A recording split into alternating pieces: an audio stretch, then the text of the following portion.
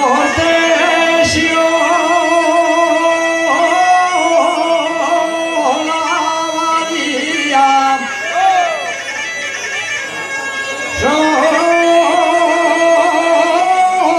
natural de Carreño y cortesio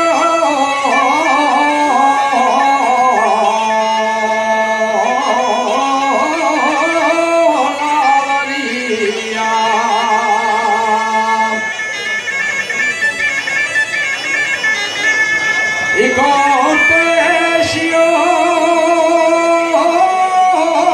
la bahía, la moza no es muy guapa, pero tiene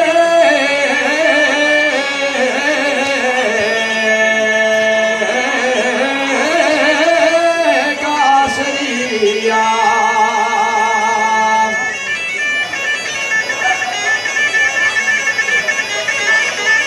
El gaitero libardón,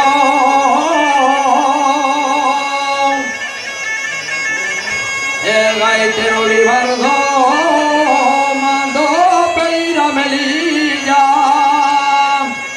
el fuelle pa' una gaita aunque fuera de una niña. Y el gato moro contenta,